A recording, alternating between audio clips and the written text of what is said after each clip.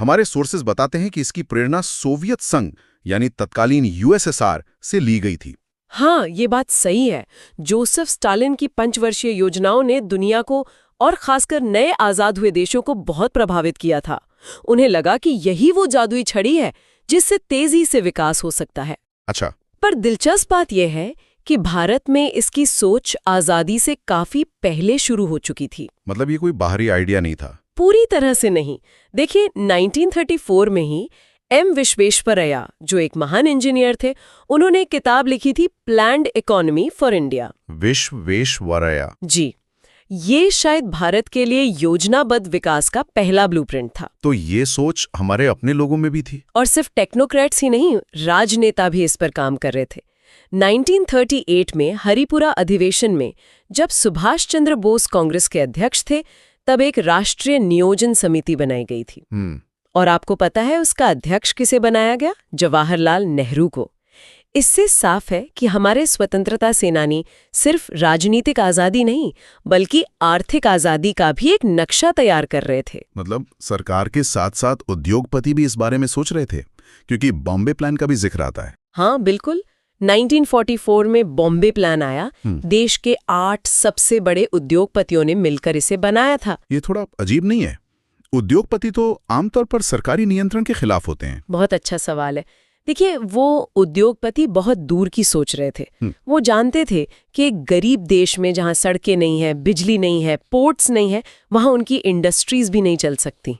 अच्छा, तो वो चाहते थे कि सरकार पहले बेसिक इंफ्रास्ट्रक्चर तैयार करे। सही पकड़ा। उनका उद्देश्य था कि सरकार गरीबी कम करे, आय बढ़ाए, ताकि एक मार्केट तैयार हो और फिर उस पर वो अपनी इंडस्ट्रीज खड़ी करेंगे। तो आजादी के बाद इन सारे विचारों को हकीकत में बदलने के लिए एक संस्था की जरूरत पड़ी। जी, और यहीं मार्च 1950 में योजना आयोग यानी प्लानिंग कमीशन का जन्म हुआ। प्रधानमंत्री को इसका अध्यक्ष बनाया गया। पहले अध्यक्ष तो जाहिर है जवाहरलाल नेहरू ही थे। हाँ, और पहले उपाध्यक्ष थे गुलजारीलाल नंदा और इसके अंतिम उपाध्यक्ष थे मोंटेक सिंह अहलूवालिया। ये जो योजना आयोग था, इसे संविधानोत्तर संस्था भी कहते हैं। इसका क्या मतलब है? इसका मतलब है कि इसका जिक्र संविधान में कहीं नहीं था। इसे सरकार ने एक प्रस्ताव पास करके बनाया था। लेकिन इसकी ताकत का अंदाजा इस बात से लगाइए कि अशोक चंद्र ने इसे आर्थिक मंत्रिमंडल कहा था। आर्थिक मंत्रिमंडल मतलब एक तरह से पर्दे के पीछे की सरकार कह सकते हैं। ये तय करती थी कि देश का पैसा कहाँ, कितना और कैसे खर्च होगा। लेकिन भारत तो एक फेडरल देश है। योजनाओं को लागू करने के लिए राज्यों की सहमति भी तो जरूरी थी। बिल्कुल। इसी कमी को पूरा करने के लिए 1952 में राष्ट्रीय विकास परिषद यानी एनडीसी बनाई गई। एनडीसी? जी।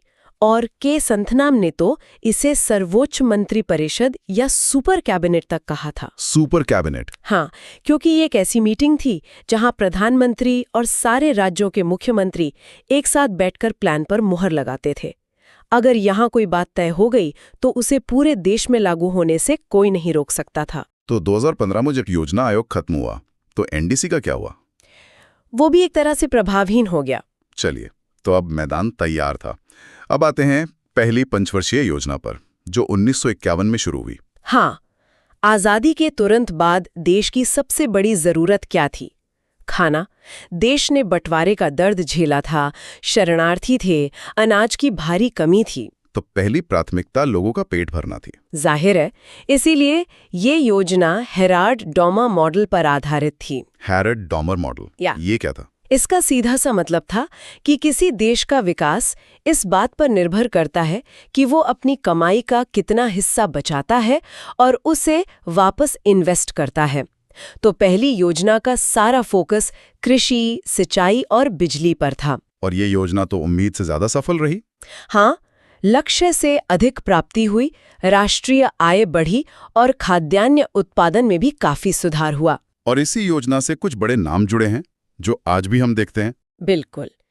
भाखड़ा नांगल, दामोदर घाटी परियोजना, ये सब इसी दौरान शुरू हुई।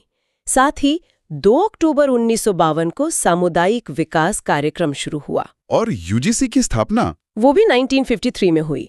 और 1955 में इंपीरियल बैंक ऑफ इंडिया का नाम बदलकर स्टेट बैंक ऑफ इंडिया यानी SBI कर दिया गया। तो पहली योजना ने कृषि की नींव मजबूत कर दी। अब बारी थी दूसरी छलांग की, दूसरी पंचवर्षीय योजना 1956 से 1961। हाँ, यहाँ से फोकस पूरी तरह बदल गया। अब कृषि से ध्यान हटाकर भारी उद्योगों पर लगाया गया। इसे भारत के औद्योगिकरण का ब्लूप्रिंट भी कहा जाता है। और इसके पीछे दिमाग था PC महालनोबिस का। जी, महालानोबिस। उनका मॉडल क्रांतिकारी था। उन्होंने कहा कि अगर भारत को सच में आत्मनिर्भर बनना है तो हमें ऐसी फैक्ट्रियां लगानी होंगी जो दूसरी फैक्ट्रियों को बनाने वाली मशीनें बना सकें। मतलब उत्पादन के साधनों पर कंट्रोल। ये एक बहुत बड़ा दांव था। बहुत बड़ा। और इसी सोच के तहत भारत के औद्योगिक ढांचे की नींव रखी गई। 3 बड़े स्टील प्लांट लगाए गए। हाँ, ये परीक्षाओं में बहुत पूछा जाता है। पहला भिलाई, जो छत्तीसगढ़ में है, सोवियत संघ के सहयोग से बना। दूसरा दुर्गापुर, पश्चिम बंगाल में, वो ब्रिटेन के सहयोग से। और तीसरा राउरकेला, ओडिशा में, पश्चिमी जर्मनी की मदद से। और भी कुछ महत्वपूर्ण संस्थाएं इसी दौरान बनी है ना? जी, 1 सितंबर 1956 को LIC की स्थापना हुई। खादी विलेज इंडस्ट्रीज कमीशन यानी KVIC भी 1956 में बना। और इसी योजना में भारत ने आधिकारिक तौर पर मिश्रित अर्थव्यवस्था को अपनाया। तो 2 सफल योजनाओं के बाद अब आती है तीसरी पंचवर्षीय योजना 1961 से 1966 तक। क्या ये भी उतनी सफल रही? ये एक बड़ा सवाल है। इस योजना का उद्देश्य बहुत बड़ा था, अर्थव्यवस्था को आत्मनिर्भर बनाना।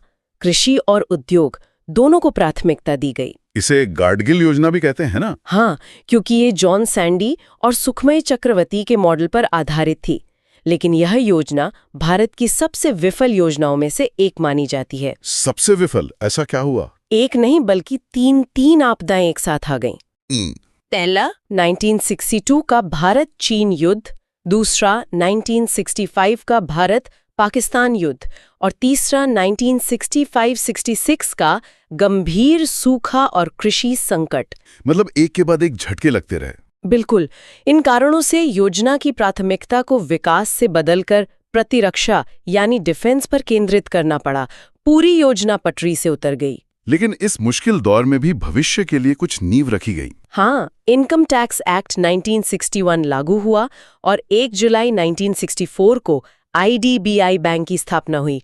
और सबसे महत्वपूर्ण हरित क्रांति की नींव भी इसी संकट के समय पड़ी। इस विफलता का सीधा परिणाम था योजना अवकाश। जी, प्लान हॉलिडे 1966 से 1969 तक सरकार ने पंचवर्षीय योजनाओं को रोककर 3 साल तक वार्षिक योजनाएं चलाई। और फोकस क्या था इन वार्षिक योजनाओं का? बस किसी तरह अर्थव्यवस्था को स्थिर करना और कृषि में सुधार लाना। और इसी योजना अवकाश के दौरान भारत के कृषि क्षेत्र में एक क्रांति आई। बिल्कुल, हरित क्रांति यानी ग्रीन रेवोल्यूशन की शुरुआत हुई।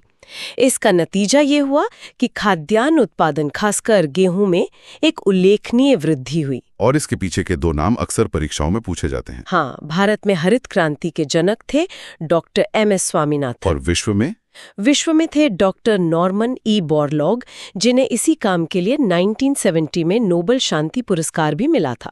तो इस सब का क्या मतलब है? आज हमने देखा कि कैसे भारत ने सोवियत संघ से प्रेरणा लेकर आर्थिक नियोजन की शुरुआत की। पहली योजना ने कृषि पर ध्यान केंद्रित किया तो दूसरी ने भारी उद्योगों की नींव रखी। लेकिन तीसरी योजना ने हमें सिखाया कि बाहरी संकट और प्राकृतिक आपदाएं सबसे अच्छी योजनाओं को भी पटरी से उतार सकती हैं। पर उसी संकट से हरित क्रांति जैसी एक नई दिशा का जन्म हुआ। चौथी पंचवर्षीय योजना से, जो 1969 से 74 तक चली। कहा जाता है कि इसका मॉडल अशोक रुद्र और LA माने की समिति पर आधारित था और इसका लक्ष्य था स्थिरता के साथ विकास और आत्मनिर्भरता। सुनने में तो ये पिछले प्लान्स जैसा ही लगता है, तो इसमें नया क्या था? सतह पे वैसा ही लगता है, लेकिन इसके अंदर बहुत कुछ नया हो रहा था। सबसे बड़ा और शायद सबसे विवादास्पद कदम 19 जुलाई 1969 को उठाया गया। 14 प्रमुख भारतीय बैंकों का राष्ट्रीयकरण। हाँ बिल्कुल। हाँ, ये तो इतिहास की किताबों में एक बड़ी घटना के तौर पर पढ़ाया जाता है, लेकिन इसका असल मतलब क्या था? एक आम नागरिक के लिए इसका क्या असर हुआ? जरा सोचिए, एक ही फैसले से सरकार देश के 85% बैंकिंग डिपॉजिट्स की मालिक बन गई। 85%? हाँ, इसका मतलब था कि अब सरकार तय कर सकती थी कि लोन किसे मिलेगा, क्या वो किसानों को जाएगा, छोटे उद्योगों को या फिर बड़े कॉरपोरेट्स को? ये एक झटके में पूरी अर्थव्यवस्था का कंट्रोल सरकार के हाथों में देने जैसा था। और इसका मकसद क्या था? मकसद था बैंकिंग को अमीरों के शहरों से निकालकर गांव के गरीबों तक पहुंचाना। और इसी दौरान इंदिरा गांधी का मशहूर नारा गरीबी हटाओ भी आया था, है ना? हाँ, क्या इसका बैंकों के राष्ट्रीयकरण से कोई संबंध था? बिल्कुल सीधा संबंध था। गरीबी हटाओ एक शक्तिशाली राजनीतिक नारा था और बैंकों का राष्ट्रीयकरण उस नारे को जमीनी हकीकत में बदलने का एक टूल था। हालांकि नारा इस चौथी योजना में दिया गया, लेकिन इसका असली फोकस हमें 5वीं योजना में देखने को मिलता है। अच्छा। इस योजना में न्याय के साथ विकास यानी ग्रोथ विद जस्टिस की सोच पर भी बहुत जोर था। मतलब विकास ऐसा हो जिसका फायदा समाज के आखिरी आदमी तक पहुंचे। लेकिन ये दौर भारत के लिए आसान नहीं था। 1971 में बांग्लादेश का संकट और पाकिस्तान के साथ युद्ध भी तो हुआ था। हाँ, वो भी था। इसका योजनाओं पर क्या असर पड़ा? बहुत गहरा असर पड़ा। अचानक देश का सारा ध्यान और संसाधन सुरक्षा और रक्षा पर चला गया। विकास के लिए रखा गया पैसा युद्ध में लगाना पड़ा। इसी वजह से चौथी योजना अपने विकास दर के लक्ष्य को हासिल नहीं कर पाई। समझ गई। तो इसके बाद आई 5वीं पंचवर्षीय योजना, जो 1974 से 79 के लिए थी। यहाँ गरीबी हटाओ सिर्फ नारा नहीं, बल्कि योजना का मुख्य लक्ष्य बन गया। हाँ, डीपी धर मॉडल पर आधारित इस योजना का पूरा केंद्र बिंदु ही गरीबी उन्मूलन और आत्मनिर्भरता था। इसी दौरान 1975 में 20 सूत्री कार्यक्रम शुरू किया गया, जो सीधे गरीबी से जुड़ी समस्याओं को हल करने के लिए था। और एक और बड़ा काम हुआ था शायद। हाँ, एक और बहुत बड़ा काम हुआ। 1975 में क्षेत्रीय ग्रामीण बैंकों यानी रीजनल रूरल बैंक्स की स्थापना। उत्तर प्रदेश का प्रथमा बैंक देश का पहला ऐसा बैंक था। लेकिन इस योजना के साथ एक राजनीतिक मोड़ भी जुड़ा है। इसे अपने समय से पहले ही खत्म कर दिया गया था। क्यों? सही कहा। देश में इमरजेंसी लगी और उसके बाद 1977 में सत्ता बदल गई। जनता पार्टी की सरकार आई और उन्होंने इस योजना को 1978 में यानी 1 साल पहले ही खत्म कर दिया। ओह। और यहीं से भारतीय योजना के इतिहास में एक नया प्रयोग शुरू हुआ। तो यहाँ एक दिलचस्प मोड़ आता है। सरकार बदलती है और उसके साथ ही देश की आर्थिक योजना का पूरा ढांचा बदल दिया जाता है। पंचवर्षीय योजनाओं की परंपरा को तोड़कर एक नया प्रयोग किया गया, जिसे हम रोलिंग प्लान कहते हैं। बिल्कुल। जनता पार्टी सरकार ने 1978 में अनवरत योजना या रोलिंग प्लान शुरू किया। इसकी सोच गुलनार गोडल की किताब एशियन ड्रामा से ली गई थी। Asian drama, okay. हाँ, ये एक बहुत ही अलग दृष्टिकोण था और इस रोलिंग प्लान के कॉन्सेप्ट को भारत में लाने का जिम्मा एक जाने माने अर्थशास्त्री डीटी लकड़वाला पर था। अच्छा, डीटी लकड़वाला, ये नाम याद रखने वाला है। हाँ बिल्कुल, उनका काम था इस विदेशी आइडिया को भारत की जमीनी हकीकत के हिसाब से ढालना। तो ये रोलिंग प्लान आखिर था क्या? पंचवर्षीय योजना से ये कितना अलग था? इसे ऐसे समझिए कि पंचवर्षीय योजना एक तरह से 5 साल का फिक्स्ड मेन्यू है। आपने एक बार तय कर लिया तो वही चलेगा। जबकि रोलिंग प्लान एक बुफे की तरह है। इसमें आप हर साल देखते हैं कि क्या अच्छा काम कर रहा है और क्या नहीं, और उसी हिसाब से अगले साल के लिए मेन्यू बदल देते हैं। मतलब हर साल योजना का मूल्यांकन और फिर अगले साल के लिए एक नई योजना। एग्जैक्टली, ये ज्यादा लचीला सिस्टम था। सुनने में तो ये काफी अच्छा लग रहा है। तो फिर ये लंबा क्यों नहीं चला? क्योंकि 1980 में फिर से राजनीतिक बदलाव हुआ। अच्छा, फिर से सरकार बदल गई। हाँ, कांग्रेस सरकार सत्ता में वापस आई और उन्होंने इस प्रयोग को खत्म कर दिया। ये सिर्फ 2 साल 1978 से 80 तक ही चला। इसके बाद भारत वापस अपने पारंपरिक पंचवर्षीय योजना के मॉडल पर लौटा है। और वापसी हुई छठी पंचवर्षीय योजना के साथ 1980 से 85 तक।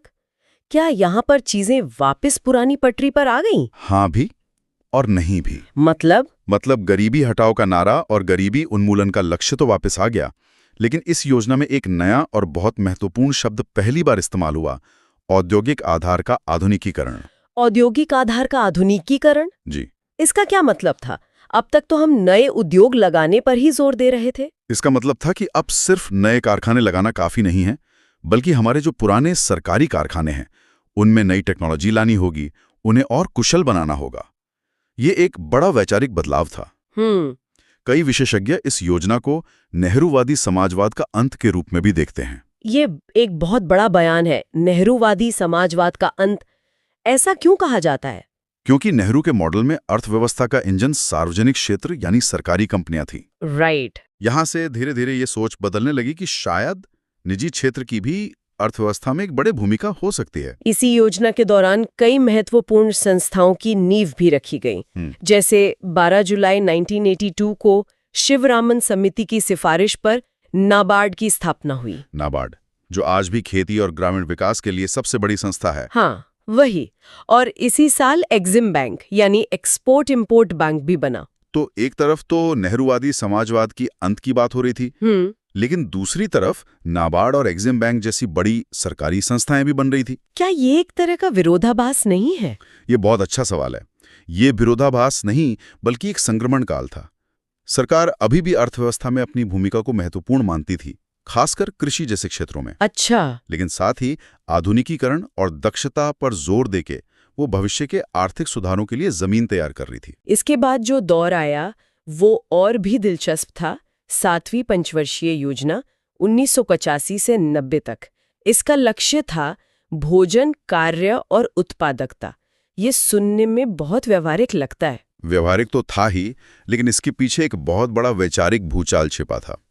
इस योजना में पहली बार निजी क्षेत्र को सार्वजनिक क्षेत्र की तुलना में ज्यादा प्राथमिकता दी गई। क्या मतलब अब तक जो सरकारी कंपनियां हीरो थीं, अब उनकी जगह प्राइवेट कंपनियों को दी जा रही थी? बिल्कुल। इसे ऐसे समझिए कि अब तक सरकार ही गाड़ी चला रही थी और तय कर रही थी कि गाड़ी कहां जाएगी। 7वीं योजना में पहली बार सरकार ने कहा, ठीक है प्राइवेट सेक्टर, अब आप भी स्टीयरिंग व्हील पर हाथ रख सकते हैं। तो ये 1991 के बड़े सुधारों की नींव थी एक तरह से। एग्जैक्टली। अब यह माना जाने लगा था कि देश की तरक्की सिर्फ सरकार के भरोसे नहीं हो सकती। और इस दौरान कौन से बड़े काम हुए? 1989 में जवाहर रोजगार योजना शुरू हुई, जिसका मकसद गांव में रोजगार पैदा करना था। और एक बहुत बड़ी संस्था का जन्म हुआ। 12 अप्रैल 1988 को सेबी की स्थापना हुई। सेबी? हाँ, हालांकि उस समय इसके पास ज्यादा शक्तियां नहीं थीं, वो बाद में मिली। और छोटे उद्योगों की मदद के लिए 1990 में सिडबी बैंक भी बनाया गया। लेकिन 7वीं योजना के बाद कहानी में फिर एक ब्रेक आता है। 1990 से 92 के बीच फिर से कोई पंचवर्षीय योजना नहीं थी, सिर्फ वार्षिक योजनाएं थीं। इस बार वजह क्या थी? इस बार वजह बहुत गंभीर थी। एक तो देश में राजनीतिक अस्थिरता का माहौल था, सरकारें जल्दी जल्दी बदल रही थीं। दूसरा, 7वीं योजना भी अपने लक्ष्य हासिल नहीं कर पाई थी। लेकिन सबसे बड़ी वजह थी भुगतान संतुलन का गंभीर संकट। भुगतान संतुलन का संकट, इसे आसान भाषा में समझाएंगे? आसान भाषा में इसका मतलब है कि भारत दिवालिया होने की कगार पर था। क्या बात कर रहे हैं? हाँ, हमारे पास विदेशों से सामान खरीदने के लिए खासकर पेट्रोल, डीजल, डॉलर खत्म हो गए थे। हमारा विदेशी मुद्रा भंडार इतना कम हो गया था कि वो सिर्फ कुछ हफ्तों के आयात के लिए ही काफी था। मतलब हमारे पास आयात करने के लिए डॉलर ही नहीं बचे थे। ये सुनना ही चौंकाने वाला है। स्थिति इतनी खराब थी कि भारत को अपना सोना गिरवी रखकर लोन लेना पड़ा। और इसी संकट की आग से भारतीय अर्थव्यवस्था का एक नया जन्म हुआ। एकदम सही। इसी संकट के बीच प्रधानमंत्री पीवी नरसिम्हा राव और वित्त मंत्री मनमोहन सिंह ने वो किया जिसने भारत की आर्थिक दिशा हमेशा के लिए बदल दी। 1991 में उन्होंने नई आर्थिक नीति लागू की, जिसे हम LPG यानी लिबरलाइजेशन, प्राइवेटाइजेशन और ग्लोबलाइजेशन के नाम से जानते हैं। LPG उदारीकरण, निजीकरण और वैश्वीकरण, इन 3 शब्दों ने तो सब कुछ बदल दिया। उदारीकरण, इसका मतलब था कि अब व्यापार करने के लिए सरकार से दर्जनों लाइसेंस नहीं लेने पड़ेंगे। हाँ, ये लाइसेंस राज एक ऐसी व्यवस्था थी जहां एक छोटा सा कारखाना शुरू करने के लिए भी दर्जनों सरकारी दफ्तरों से परमिट लेने पड़ते थे, जिसमें महीनों या सालों लग जाते थे। उदारीकरण ने इस परमिट राज की जंजीरों को तोड़ने का काम किया। और निजीकरण का मतलब था कि जो सरकारी कंपनियां घाटे में चल रही थीं, उनमें निजी हिस्सेदारी बढ़ाई गई। और वैश्वीकरण ने विदेशी कंपनियों और विदेशी निवेश के लिए भारत के दरवाजे खोल दिए। तो इन ऐतिहासिक सुधारों के बाद आई 8वीं पंचवर्षीय योजना 1992 से 97 तक। ये जॉन डब्ल्यू मिलर मॉडल पर आधारित थी। सुधारों के बाद की ये पहली योजना थी, तो इससे उम्मीदें भी बहुत होंगी। बिल्कुल, और ये योजना उम्मीदों पर खरी उतरी। इसे अब तक की सबसे सफल योजनाओं में से एक माना जाता है। वाह! और इसका उद्देश्य ही अपने आप में क्रांति था। पहली बार किसी योजना का मुख्य उद्देश्य बना मानव संसाधन विकास। मानव संसाधन विकास? हाँ, यानी शिक्षा, स्वास्थ्य और रोजगार। ये एक बहुत बड़ा बदलाव है। अब फोकस कारखानों और बांधों से हटकर इंसान पर आ गया था। एकदम। अब ये माना गया कि अगर देश के लोग शिक्षित और स्वस्थ होंगे तो अर्थव्यवस्था अपने आप तरक्की करेगी। इसी दौरान कई ऐसे काम हुए जिनका असर आज तक महसूस होता है। सबसे महत्वपूर्ण, पंचायती राज संस्थाओं को 73वें और 74वें संविधान संशोधन के जरिए संवैधानिक दर्जा दिया गया। अच्छा। ये 24 अप्रैल 1993 को लागू हुआ और इसीलिए हम 24 अप्रैल को पंचायती राज दिवस मनाते हैं। ये तो बहुत महत्वपूर्ण जानकारी है। मतलब सत्ता को दिल्ली से निकालकर गांव-गांव तक पहुंचाने की एक ऐतिहासिक कोशिश। बिल्कुल। और रोजगार के लिए भी कुछ बड़ा हुआ था। हाँ, 1993 में प्रधानमंत्री रोजगार योजना शुरू हुई, जिसका मकसद पढ़े लिखे बेरोजगार युवाओं को अपना काम शुरू करने के लिए लोन देना था। और वैश्विक स्तर पर भारत 1 जनवरी 1995 को विश्व व्यापार संगठन यानी WTO का सदस्य बना। मतलब भारत अब ग्लोबल ट्रेड के बड़े खेल में आधिकारिक तौर पे शामिल हो गया था। हाँ, और जैसा हमने पहले बात की थी, सेबी को भी इसी योजना के दौरान वैधानिक दर्जा मिला, जिससे शेयर बाजार में निवेशकों का भरोसा कई गुना बढ़ गया। तो इन योजनाओं के सफर को देखें तो एक साफ तस्वीर उभरती है। एक नियंत्रित अर्थव्यवस्था से शुरू होकर गरीबी से लड़ते हुए, राजनीतिक अस्थिरता से गुजरते हुए और अंत में एक बड़े संकट के बाद दुनिया के लिए अपने दरवाजे खोलने तक का सफर। चलिए सीधे 9वीं पंचवर्षीय योजना से शुरू करते हैं। ये 1997 में शुरू हुई और इसका मुख्य उद्देश्य था सामाजिक न्याय और समानता के साथ विकास। ये सुनने में बहुत आदर्शवादी लगता है, खासकर उदारीकरण के उस दौर में। आदर्शवादी था और इसे हकीकत में बदलना, कह सकते हैं, बहुत ही चुनौतीपूर्ण भी था। अच्छा। सोचिए, योजना शुरू होते ही 1997 में एशियाई वित्तीय संकट आ गया। ओह हाँ। भले ही भारत की अर्थव्यवस्था उस समय उतनी खुली नहीं थी, लेकिन इस संकट से विदेशी निवेश में कमी आई और हमारे निर्यात पर भी असर पड़ा। तो इसका मतलब था कि योजना के लिए जो संसाधन जुटाने का अनुमान था वो पूरा नहीं हो सका। ये एक बहुत बड़ा झटका था, बिल्कुल शुरुआत में ही। और मुसीबतें यहीं खत्म नहीं हुई। 1998 में पोखरण 2 परमाणु परीक्षण हुए। जी, जिसके बाद भारत पर कई तरह के आर्थिक प्रतिबंध लगे। और फिर 1999 में कारगिल युद्ध। मतलब एक के बाद एक 3 बड़े संकट। बिल्कुल। इन सब के बीच विकास की गति बनाए रखना तो लगभग नामुमकिन सा लगता है। इसीलिए 9वीं योजना को अक्सर ट्रायल बाय फायर कहा जाता है। ये योजना भारत की आज़ादी के 50 साल पूरे होने पर शुरू हुई थी। और उस समय प्रधानमंत्री अटल बिहारी वाजपेयी थे। जी, इन सभी भारी और भीतरी दबावों के बीच इस योजना का फोकस बड़े बड़े लक्ष्यों से ज्यादा, मतलब जीवन की गुणवत्ता सुधारने, गरीबी कम करने और बुनियादी सेवाओं को मजबूत करने पर था। तो ये एक तरह से संकट के समय में जहाज को संभाले रखने जैसा था। हाँ, बिल्कुल सही कहा आपने। तो 9वीं योजना बाहरी संकटों से जूझते हुए निकली। क्या 10वीं योजना जो 2002 से 2007 तक चली, उसमें हालात कुछ सुधरे? क्या सरकार कुछ बड़े और महत्वाकांक्षी लक्ष्य रख सकी? हाँ, हालात सुधरे थे और आत्मविश्वास भी बढ़ा था।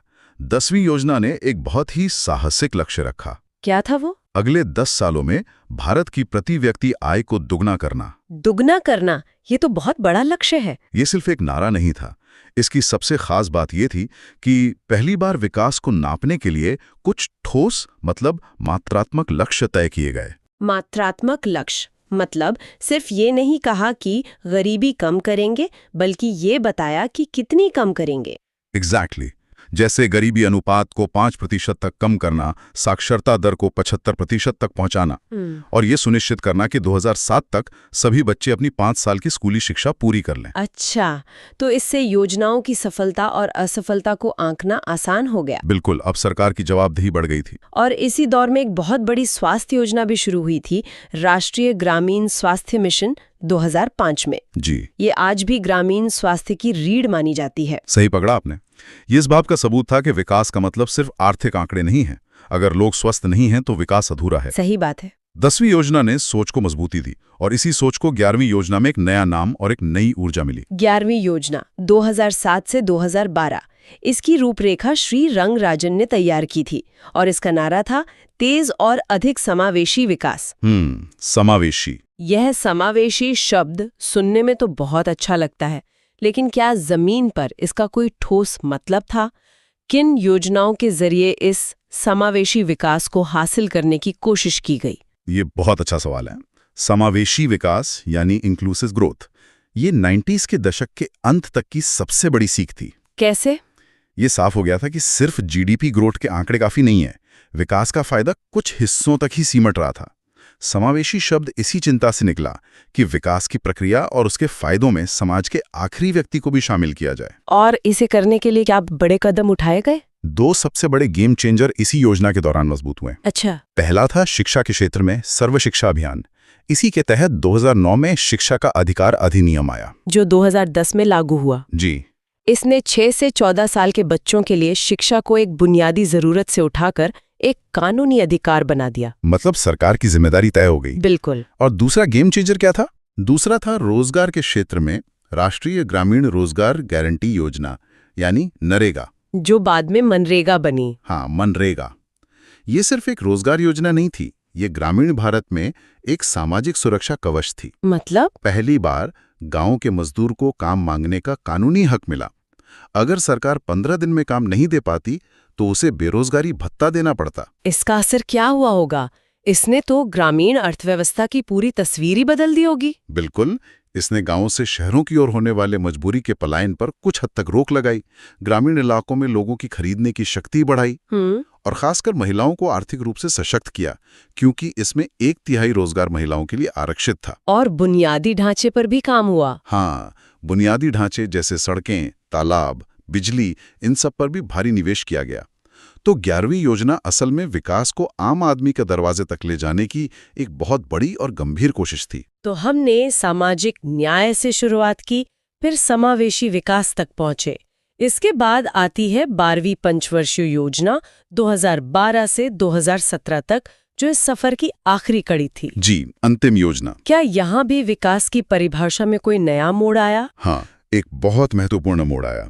12वीं योजना के उद्देश्य में एक नया शब्द जुड़ा, सतत विकास, सस्टेनेबल डेवलपमेंट। अच्छा। इसका पूरा नारा था तेज, अधिक समावेशी और सतत विकास। ये पहली बार था जब पर्यावरण और स्थिरता को विकास के केंद्र में रखा गया। तो ये सिर्फ आर्थिक और सामाजिक विकास की बात नहीं थी, बल्कि ये भी था कि हम ये विकास किस कीमत पर कर रहे हैं। एकदम सही। 2010 के दशक तक ये दुनिया भर में और भारत में भी साफ हो गया था कि हम पर्यावरण को और नजरअंदाज नहीं कर सकते। जलवायु परिवर्तन, घटते प्राकृतिक संसाधन, ये सब अब सिर्फ किताबों की बातें नहीं रह गई थीं, बल्कि हकीकत बन चुकी थीं। सही बात है। तो 12वीं योजना ने इस चुनौती को स्वीकार किया। इसके लक्ष्यों में 2017 तक गरीबों की संख्या 10% तक कम करना, सभी गांवों को बिजली पहुंचाना तो था ही, साथ ही पर्यावरण से जुड़े लक्ष्य भी थे। जी, साथ ही देश के हरित क्षेत्र को बढ़ाने जैसे लक्ष्य भी शामिल किए गए। तो ये एक तरह से विकास की सोच का पूरा सफर दिखाता है। पहले सिर्फ आर्थिक ग्रोथ, फिर सामाजिक न्याय, फिर समावेशी विकास और अंत में सतत विकास। बिल्कुल। लेकिन 2017 में 12वीं योजना खत्म होने के साथ ही ये पूरा सिलसिला ही खत्म हो गया। 65 साल पुरानी संस्था योजना आयोग को खत्म करने का फैसला एक बहुत बड़ा कदम था। जी, बहुत बड़ा। इसे सुधारने की बजाय पूरी तरह खत्म करना क्यों जरूरी समझा गया? ये उस समय का सबसे बड़ा नीतिगत सवाल था। इसकी घोषणा प्रधानमंत्री नरेंद्र मोदी ने 15 अगस्त 2014 को लाल किले से की थी। योजना आयोग को लेकर कई सालों से आलोचनाएं हो रही थी। सबसे बड़ी आलोचना ये थी कि ये एक टॉप डाउन मॉडल पे काम करता था। टॉप डाउन मतलब दिल्ली से योजना बनती थी? हाँ, दिल्ली में बैठे कुछ लोग पूरे देश के लिए, हर राज्य के लिए एक ही जैसी योजना बना देते थे, जो जमीनी हकीकत से कई बार बहुत दूर होती थी। इसे ऐसे समझ सकते हैं कि योजना आयोग एक हेडमास्टर की तरह था, जो पूरे स्कूल के लिए एक ही टाइम टेबल बनाता था, चाहे कोई पहली क्लास का बच्चा हो या 10वीं का। हाँ, ये एक बहुत अच्छा उदाहरण है। और क्या आलोचनाएं थीं? दूसरी बड़ी आलोचना ये थी कि राज्यों को अपने विकास के लिए फंड्स लेने के लिए योजना आयोग के सामने एक तरह से गिड़गिड़ाना पड़ता था। अच्छा। इससे केंद्र और राज्यों के बीच तनाव बढ़ता था। और तीसरी बात, 1991 के बाद जब अर्थव्यवस्था बाजार आधारित हो गई थी, तो केंद्रीकृत योजना की जरूरत ही कम हो गई थी। एग्जैक्टली। एक केंद्रीकृत योजना बनाने वाली संस्था की भूमिका वैसे भी कम हो गई थी। तो फिर इसकी जगह जो नीति आयोग आया, वो इस हेडमास्टर से कैसे अलग है? योजना आयोग के स्थान पर 1 जनवरी 2015 से नीति आयोग यानी नीति आयोग लागू हुआ। ये तारीख प्रतियोगी परीक्षाओं के लिए बहुत महत्वपूर्ण है। जी, 1 जनवरी 2015। और ये हेडमास्टर नहीं बल्कि एक ट्यूटर या सलाहकार की तरह है। अच्छा। इसका काम राज्यों के साथ मिलकर उनकी जरूरतों के हिसाब से नीतियां और लंबी अवधि की रणनीति बनाने में मदद करना है। ये राज्यों पर अपनी योजनाएं थोपता नहीं है, बल्कि सहकारी संघवाद या कोऑपरेटिव फेडरलिज्म की भावना को बढ़ावा देता है। और फंड्स देने का काम वो कौन करता है? ये सबसे बड़ा बदलाव है। फंड देने का काम अब सीधे वित्त मंत्रालय करता है। तो नीति आयोग सिर्फ सलाह देता है? हाँ, नीति आयोग सिर्फ एक थिंक टैंक है, एक ज्ञान का केंद्र है जो सरकार को सलाह देता है। इसने योजना बनाने के एक आकार सब पर फिट वाले दृष्टिकोण को बदलकर एक ज्यादा लचीले और सहयोगी मॉडल को जन्म दिया है। तो टॉप डाउन से बॉटम अप की ओर एक बड़ा बदलाव। बिल्कुल। यहाँ एक और बात जो अक्सर प्रतियोगी परीक्षाओं में पूछी जाती है, आर्थिक नियोजन संविधान की किस सूची में आता है? ये संविधान की समवर्ती सूची, कॉन्करेंट लिस्ट का विषय है। जिसका मतलब है कि इस पर केंद्र और राज्य दोनों ही कानून बना सकते हैं। जी, और नीति आयोग का मॉडल इसी संघीय भावना को और मजबूत करने की एक कोशिश है। ये भी जानना दिलचस्प है कि पंचवर्षीय योजनाओं का ये जो विचार था, वो भारत का अपना नहीं था, हमने ये कहीं और से अपनाया था। बिल्कुल। विश्व में पहली पंचवर्षीय योजना 1928 से 1932 तक सोवियत संघ में जोसेफ स्टालिन द्वारा लागू की गई थी। अच्छा, सोवियत संघ से? हाँ, उस दौर में जब दुनिया महामंदी से जूझ रही थी, ये क्रांतिकारी विचार था कि राज्य अर्थव्यवस्था की दिशा तय कर सकता है। आजादी के बाद भारत के सामने गरीबी और पिछड़ेपन की बड़ी चुनौती थी, तो नेहरू जी ने विकास के लिए इसी मॉडल से प्रेरणा ली। तो आज हमने पंचवर्षीय योजनाओं के अंतिम दौर को समझा। सामाजिक न्याय से शुरू हुआ सफर समावेशी विकास की गलियों से गुजरते हुए सतत विकास के पड़ाव तक पहुंचा। जी। और फिर हमने देखा कि कैसे समय के साथ पुरानी संस्थाएं अप्रासंगिक हो जाती हैं और उनकी जगह नई सोच और नई संस्थाएं लेती हैं, जैसे योजना आयोग की जगह नीति आयोग का आना। भारत के आर्थिक नियोजन का ये पूरा सफर एक केंद्रीकृत और नियंत्रित अर्थव्यवस्था से एक सलाहकार और बाजार उन्मुख व्यवस्था की ओर एक बड़े बदलाव की कहानी है। ये वाकई एक युग का अंत और दूसरे की शुरुआत थी। ये दिखाता है कि कैसे एक देश समय के साथ अपनी नीतियों को अपनी जरूरतों के हिसाब से बदलता है। यहाँ सोचने के लिए एक विचार ये है कि योजना बनाने की प्रक्रिया में इस संस्थानगत बदलाव का, योजना आयोग से नीति आयोग तक का सफर भारत के वास्तविक विकास परिणामों पर क्या